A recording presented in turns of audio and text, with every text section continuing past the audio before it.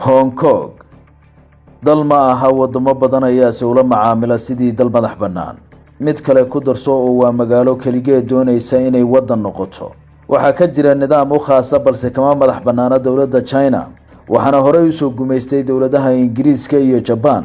Hong Kong waxa ay gumeystihii Britishka ka kororowday 1997 ilaa waagaasna muwaadiniinta halkani waxa ay Hong Kong la doonayaan madax bannaani buuxda. dhinaca koonfureed ayay kaga taal dalweynaha China waxaana ku nool in ka badan 7.5 milyan oo qof.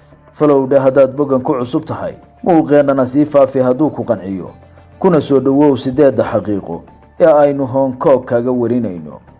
Hong Kong waa mid ka mid ah meelaha ugu nolosha qaalisan adduunka ee aadane ku noolaado.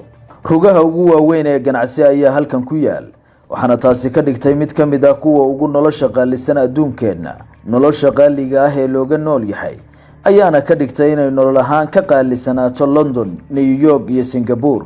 waxa ay leeyihiin baasaboor u khaas ah muwaadiniinta Hong Kong ka oo ay ku tagi karaan dalal badan.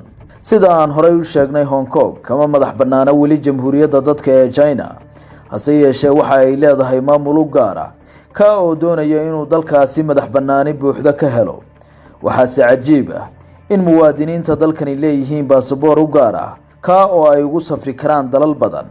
lacag u gaar ah ayay sidoo kale leeyihiin taa oo la yiraahdo Hong Kong dollar. Hong Kong waa magaalada ay ku yaalaan dabaqyada ugu dhaardheer adduunka oo dadka tiradoodu ku dhowdahay 8 milyan ee halkan degan. badankood waxa ay ku nool yihiin guryo kan ugu yar dhererkiisu yahay 150 feet. mid ka mid ah hoteelada adduunka ugu dheer oo halkan ku yaala waa Ritz-Carlton ka oo ay xarumo ganacsi oo caalami ah gudihiisa ku leeyihiin in ka badan 112 shirkadood. Hong Kong dadka dhintay qabriyada ayaa dib looga soo saaraa 6 sano kadib aaskooda si meydad hor leh halkaasi loogu aaso. waa arrin naadir ah maadaama dadka dhinta ee magaaladan aan loo hayn dhul ku filan oo lagu aaso. waxaa halkan caado ka ah in qofkii dhinta 6 sano kadib dib looga soo saaro qabriga si isla goortaas halkaasi loogu aaso meyd kale. waxaase dadka intiisa kartaa bixiyaan lacag dhan 6,500 oo dollarka Hong Kong ah si aan meydkooda looga soo saarin qabriga. muwaadiniinta Hong Kong waxay isu arkaan dadka adduunka ugu cimriga dheer nolol ahaan.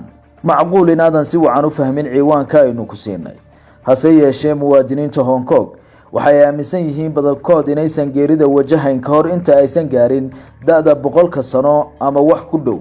waxay midaasi aamineen iyagoo dugsanaya daraasad halkaasi laga sameeyay oo muujisay in ragga reer Hong Kong ay ku geeriyoodaan marka ay gaaraan ugu yaraan da'da 81 sano halka dumarkuna ku galbadaan 86 sano. Twitter iyo YouTube waa ka mamnuuc halkan oo kuma isticmaali kartid halkan labadan aaladood midna waayo muwaadiniinta Hong Kong waxay xanimaadaasi la wadaagaan muwaadiniinta kale ee Chinese-ka oo dawladda dalkaasi waa tan xilli sii horeysay aaladahaasi ka mamnuucday dalkeeda. Hong Kong waa mid ka mid ah xarumaha sameynaya koboca dhaqaale ee xawliga ah.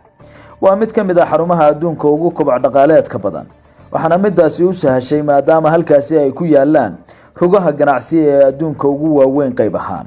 waxaana dakhliga gudaha ee magaaladan lagu qiyaasay sanadkan 365 bilyan oo dollar. Hong Kong waa hoyga taajirada. sidaan horey u niri magaaladani waa mid sameynaysa koboc dhaqaale oo xawli ah hase yeeshee tan cajiibka ah ayaa ah in muwaadiniinta Hong Kong ay kaliya diiradda saaraan gaaridda horumarada ganacsi midda oo dadka halkan ka dhigtay kuwa hantiilayaal ah.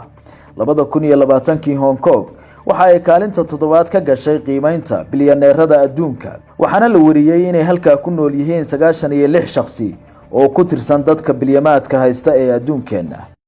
shirkadda Gashan Enterprise waxay ka caawinaysaa aqbalaadda jaamacadaha dalalka Turkiga, Lithuania, China, Malaysia iyo Ukraine iyo sidoo kale soo saaridda fiisaha caafimaad, waxbarasho iyo dalxiis ee dalalkaas. wixii macluumaad ah oo intaas dheer kala xiriir telefoon nambarada shaashada ku qoran.